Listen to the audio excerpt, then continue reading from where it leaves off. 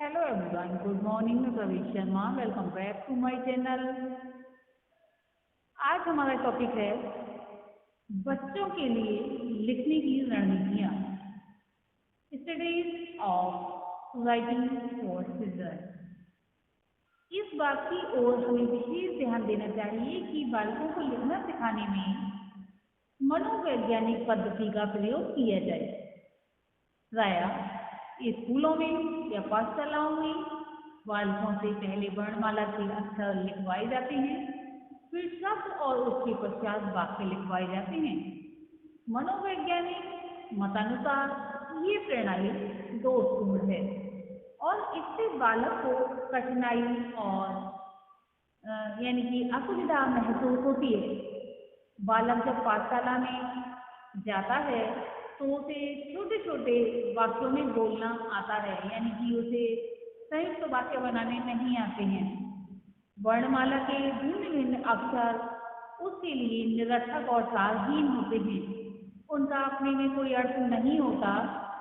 आपस में मिलकर जब ये शब्दों तथा वाक्यों के रूप में आते हैं तभी वे सार्थक बनते हैं, अर्थात उनका अर्थ होता है।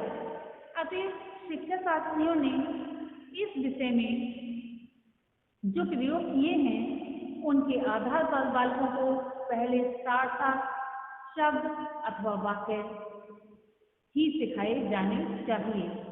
वाक्यों को अच्छा लिखने की प्रेरणा देने के लिए ये अच्छा होगा यदि बालक अपनी लिखावट के संबंध में स्वयं ही निर्णय दें। अध्यापक बालकों के सामने उन्हीं के द्वारा लिखे गए कई प्रकार की लिखावट के नमूने प्रस्तुत करें और उनकी सहायता से सबसे सुंदर और सबसे खराब और बीच की कुछ श्रेणियों के कुछ लेख चुने जाएं। फिर प्रत्येक बालक का लेख कौन सी श्रेणी में आता है ये भी देखा जाना चाहिए। इस प्रकार बालकों को अपने लेख के बारे में स्वयं ही मालूम हो जाएगा और अध्यापक भी ये जान सकेंगे कि उनकी प्रगति कैसी है। क्या कोई बालक या किसी भी बालक के लेख में सुधार हुआ है या फिर वैसा का वैसा ही लेख है, अथवा पहले से भी कुछ बिगड़ गया है। क्योंकि कभी कभी ऐसा होता है बालक की रुचि नहीं होती लिखने की और उसे जबरदस्ती लिखना होता है या उसके ऊपर प्रेशर होता है लिखने का, तो सुंदरता की वो ध्यान नहीं देता, केवल उसे कागज पूरा करना होता है।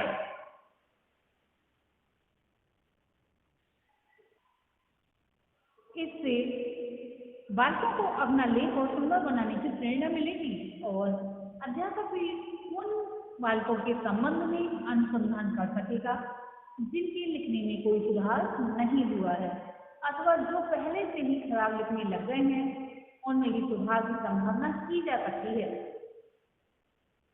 प्रोग्रेस ऑफ एजुकेशन के 1958 के जनवरी माह के अंत में लिखना कैसे सिखाएं नामक लेख में कुछ बातें कही गई थी जो इस प्रकार से थी। जिस समय बालक लिखने की आवश्यकता अनुभव करे उसी समय उसे लिखना सिखाना चाहिए। कोई भी स्थिति ऐसी हो जब बालक की रुचि ज़्यादा है लिखने की, उस समय लिखवाया जाना चाहिए या फिर स्थिति में बालक को समग्र रूप में लिखवाया जाना चाहिए। बालकों के व्यक्तिगत भेदों का पूरा ध्यान देना चाहिए क्योंकि कक्षा में अनेक बालक होते हैं और प्रत्येक बालक दूसरे बालक से भिन्न स्थिति में होता है। कोई बालक ऐसा होता है जिसकी व्यक्तिगत भिन्नता बिल्कुल ही अलग होती है, जैसे किसी बालक की आईसाइट वीक है या किसी बालक को सुनने में परेशानी का अनुभव होता है। तो उसमें जो बालक ऐसी स्थिति से ग्रस्त है उसको ध्यान यानी कि अधिक ध्यान देने की आवश्यकता होती है। जिसको देखने की प्रॉब्लम है यानी कि आईसाइट जिसकी वीक है, इसमें भी ये होता है भेद के आधार पर दूर दृष्टि दोष है अथवा निकट दृष्टि दोष है, उसी के आधार पर बालक को बिठाया जाना चाहिए कक्षा में।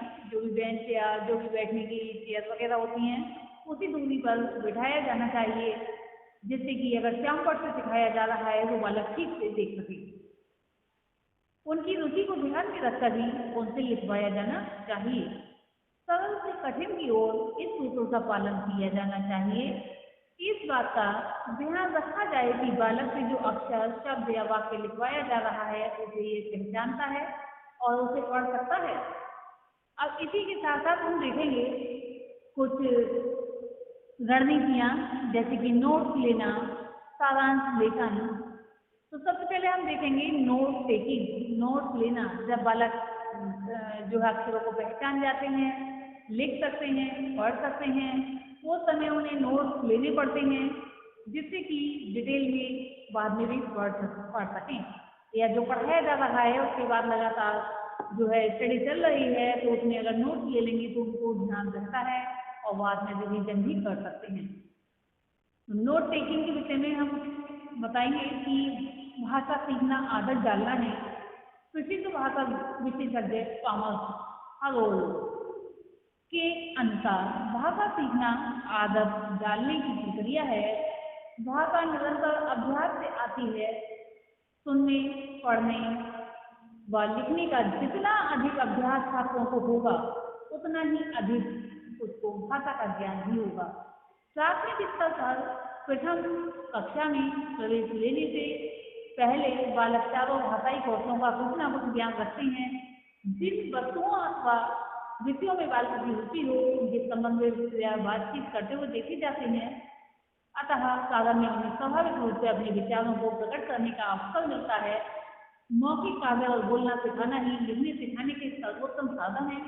यदि बालक बातचीत में अपने विचारों को अच्छी तरह से व्यक्त कर सकता है तो वह अच्छी तरह से नोट लेने में प्रभाव लिख भी सकता है। जैसे मान लीजिए, क्योंकि आप भी एक टीचर बनेंगे, जब बच्चों को पढ़ाएंगे तो उन्हें लिखने के लिए प्रेरित करेंगे और कुछ बातें ऐसी होती हैं जिसका व्याख्यान देना होता है तो उनसे कहा जाएगा कि जो मुख्य बिंदु हैं आप नोट करते जाइए। तो इसमें क्या होता है कि बालक उनको नोट करता जाता है, इसे ही नोट लेना या नोट टेकिंग कहा जाता है। अगर बालक पढ़ने लिखने में सक्षम है, यानी कि ठीक से पढ़ सकता है, ठीक से लिख सकता है, तो नोट भी अच्छी तरह से तैयार कर सकेगा। नेक्स्ट पॉइंट में हम देखेंगे समराइजिंग यानी कि सारांश लेखन। इस संबंध में वॉशिंग महोदय ने एक परिभाषा दी है। उन्होंने लिखा है, सारांश लेखन से तात्पर्य है विद्यार्थी का समुचित निर्देशन, ताकि वह कक्षा में अध्यापक के निर्देशन में काम करता हुआ स्वाध्याय की कुशल विधियों से परिचित हो सके और उन पर अधिकार प्राप्त करके उनका कुशल प्रयोग कर सके। सारांश लेखन में कुछ बातें महत्वपूर्ण होती हैं, जैसे विद्यार्थी का योग्य निर्देशन। सेकंड, छात्र छात्राओं को शिक्षण विधियों से परिचित कराना तथा नेक्स्ट पॉइंट उन्हें शैक्षिक दृष्टि से आत्मनिर्भर तथा कुशल बनाना। क्योंकि मान लीजिए किसी संबंध में कुछ बताया गया है तो उसका साफ छात्र स्वयं लिख सकें। इसमें एक बात मुख्य रूप से ये है कि बालक को किस ढंग से पढ़ाया गया है। इसमें भी अगर कुछ शिक्षण सहायक सामग्री टीचिंग एड का प्रयोग किया जाता है तब उसका प्रभाव बहुत ही महत्वपूर्ण या फिर प्रभावी होता है। और अगर इन चीज़ों का प्रयोग नहीं किया जाता है और साधारण तरीके से बात बता दी जाती है तब इतना प्रभाव नहीं पड़ता है। लेकिन साधारण तरीके से बात कराने में भी अगर एग्जाम्पल्स का प्रयोग किया जाता है या उससे संबंधित कोई अंतर्कथा या कहानी सुनाई जाती है तो बालक पर उस जो टॉपिक पढ़ाया जा रहा है उसका प्रभाव गहरा पड़ता है। और अगर ऑडियो विजुअल जो सामग्री है उसका प्रयोग कर लिया जाए और उनको दिखा दिया जाए या फिर वास्तविक रूप से दिखा दिया जाए तो बालक पर बहुत गहरा प्रभाव पड़ता है। क्योंकि कहते हैं कि 10 बार का सुनना जो सुनने से अच्छा 1 बार का देखना है।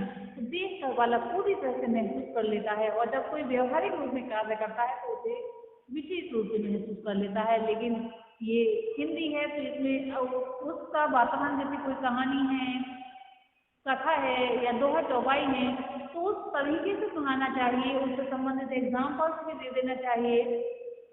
तो यहाँ पर ये बात बहुत महत्वपूर्ण हो जाती है। अब हम देखेंगे पाठ का सारांश कैसे बनाया जाए। अध्यापक विषय वस्तु को प्रस्तुत करते हुए छात्र छात्राओं को पाठ का सारांश लिखवाता है। विद्यार्थी उसका एक एक शब्द अपनी जो है पुस्तिकाओं में, जो उपक पुस्तिकाएं होती हैं, आलोक पुस्तिकाएं होती हैं, में नोट कर लेते हैं।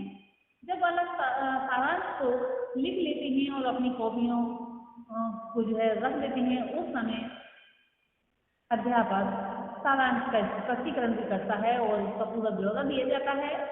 सूक्ष्म बिंदुओं को समझाया जाता है, उदाहरण दिए जाते हैं और सारी जो परिस्थिति है उसको वास्तविकता प्रदान की जाती है। अध्यापक को विषय वस्तु की पूरी जानकारी होती है। मनोरंजक ढंग से विषय वस्तु को स्पष्ट किया जाता है और उसका स्व प्रभावी होता है। स्पष्टीकरण के पश्चात वह फिर बैठ जाता है और जो छात्र होते हैं उसका पूरा सार ग्रहण कर लेते हैं। बालकों से या तो अध्यापक कहता है कि आप सारांश लिखिए और बालक खुद भी प्रयास करते हैं सार लिखने का। यहाँ पर पॉइंट ये आता है कि जब तक अध्यापक अपनी बात को पूरा न कर ले, पूरी बात न बता दे, सारांश लिखने के लिए नहीं कहा जाना चाहिए, क्योंकि जो निष्कर्ष होता है उसके आधार पर ही अपना कॉन्सेप्ट क्लियर कर पाते हैं छात्र, उसी के आधार पर लिखते हैं। यानी कि एक चक्र में छात्र छात्रा 2 या 3 बार सारांश लिखते हैं और अध्यापक उन्हें स्पष्ट करता है।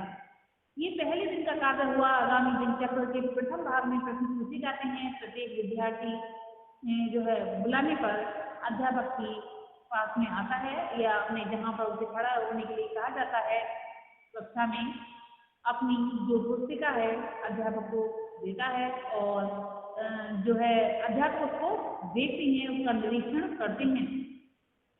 अध्यापक उसे में ये देखने का प्रयास करते हैं कि बालक ने सार ठीक प्रकार से लिया है, लिखा है अथवा नहीं लिखा है, यानी कि उसने कहाँ तक स्मरण कर लिया है जो उसको बताया गया, उसकी स्मरण शक्ति कैसी है। यानी कि उसको ये समझा जाता है कि बालक की स्मरण शक्ति की अपेक्षा उसकी ग्राह्यता पर यहाँ पर अधिक बल दिया जाता है। अध्यापक अपना अधिकांश समय यही ज्ञात करने में लगाता है कि बालक जो कुछ बोल रहा है क्या उसे समझ भी पा रहा है। छात्र छात्राएं इधर उधर की बातें करके अथवा अस्पष्ट शब्द देकर अपने आप को बचा तो नहीं सकते, इसलिए अध्यापक को ये आवश्यक हो जाता है कि उनका ये सार रूप देखा जाए। सार को जानने के लिए यानी कि छात्रों ने कितना ग्रहण किया है उससे संबंधित कुछ प्रश्न भी पूछ लिए जाते हैं और ये प्रश्न बहुत अच्छे काम करते हैं। यानी कि जो पाठ का सारांश या अध्यापक का जो स्पष्टीकरण है उसको उन्होंने किस प्रकार से लिया है। और ऐसे विस्तृत जो प्रश्न होते हैं, यानी कि सीखे प्रश्न जो होते हैं, सीखे छात्र यहाँ है गहराई को लिए हुए होते हैं। विद्यार्थी अगर उनके उत्तर दे देते हैं तो समझ लीजिए उन्होंने उनके सार को समझ लिया है। बालक से इस बात की अपेक्षा की जाती है कि वे घर में पाठ को पढ़ें और उसकी रूपरेखा तैयार करें। कक्षा में छात्र को कहा जाता है कि वह अपनी रूपरेखा को चापट पर लिख दें। अन्य छात्रगण इस रूपरेखा को एक अंक की आलोचना करते हुए उसे सुझाव देते हैं। अध्यापक भी अपनी आलोचना तथा सुझाव प्रस्तुत करते हैं। इस बात का प्रयास किया जाता है कि उत्तम से उत्तम शब्दों और उत्तम वाक्यों को चुना जाए। अध्यापक छात्रों को बतलाता है कि उन्हें पाठ का अध्ययन किस प्रकार से करना चाहिए। जब सार बच्चों का देख लिया जाता है, इससे बालक को समझने का ठीक प्रकार से मौका मिलता है और भविष्य में वे सार को ग्रहण करने में जो है आसानी महसूस करते हैं। आज के लिए इतना ही, धन्यवाद।